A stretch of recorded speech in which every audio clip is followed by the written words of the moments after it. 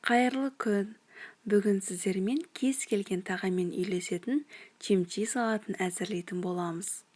Біздің салатқа керекті заттар: 3 сәбіз, 1 пияз, 40 қабат және чимчим, дәм қосары немесе капустаның орнына огурцы қоссаңыздар да болады. Сәбізімізді осындай теркадан өткізіп аламыз және қалауынша 40 қабатты турайсыздар.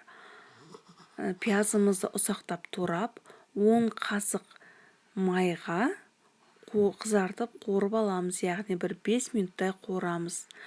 Ол майымызға қызыл бош қоссаңыздар да болады, кішкене ашты болу үшін.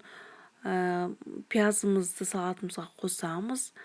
Оның үстіне чимчим дәм қосарымызды қосып, жақсылап араластырамыз. Салатты кез келген тағаммен ұсынуға болады. Жақсылап араластырып, салатымыздың бетін жауып 2 сағат қойып қоямыз. Дәмі, тұзы сіңгенше. 2 сағаттан кейін әсемдеп, кунжутпен немесе макпен әсемдеп дастарханға ұсынуға болады. Ас болсын!